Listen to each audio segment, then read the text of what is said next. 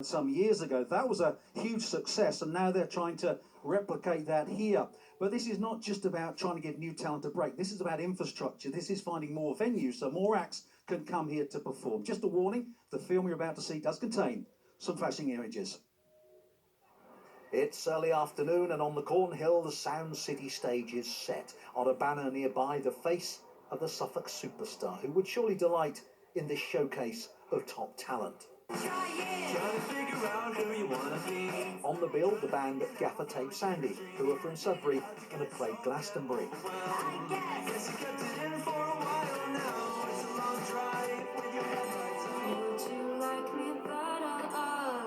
And Eloise, who's 21, a singer-songwriter, also originally from Suffolk.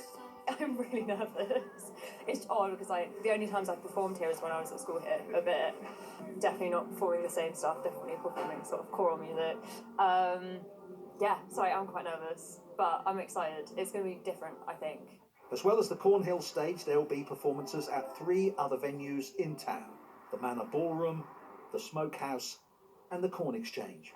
And that venue is also hosting a conference for delegates from all corners of the music industry to discuss how best to support the up-and-coming, increase engagement in live music and do more to promote the town to performers, especially those who play small or medium-sized venues. We want to get to a place similar to Cambridge, Norwich, where you can have sort of a sub 100, 300 to 400 venue, your 1,000, and then your bigger ones, sort of 2,500.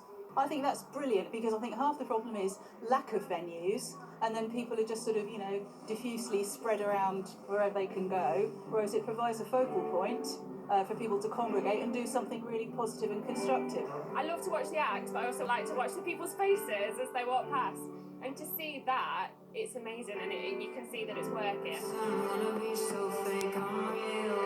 To sell out the conference and the festival for the first time is brilliant, and it just shows what we could do in the future. And that's it. It's just a small stepping stone to put Ipswich on the map, make ourselves look great again. The event runs until 2 a.m. tomorrow, a shed load of stuff shoehorned into just a few hours. It's an idea which has worked wonders in Liverpool, and they'd love to savour just a smidgen of that success here too. Well, Eloise, who you saw in that report, is now on stage, doing fantastically. She was helped by BBC Introducing. Richard Hoare is from BBC Introducing. Richard, how big do you think this event is? Well, I think it's an amazing event. I went to the one in Liverpool earlier in the year and saw what that brought to the city. To get it here to Ipswich, where we know we've got so many good artists, it's really, really cool. And as you can see, Eloise is making the most of it. We've had 2 other people on already. And yeah, there's a real buzz.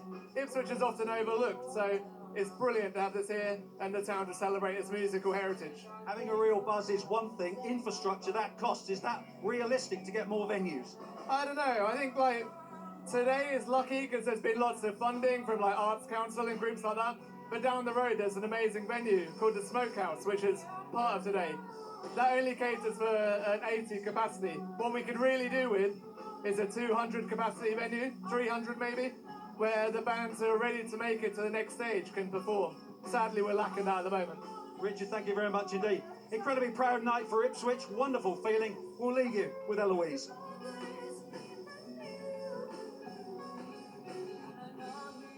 Great event. Great opportunity.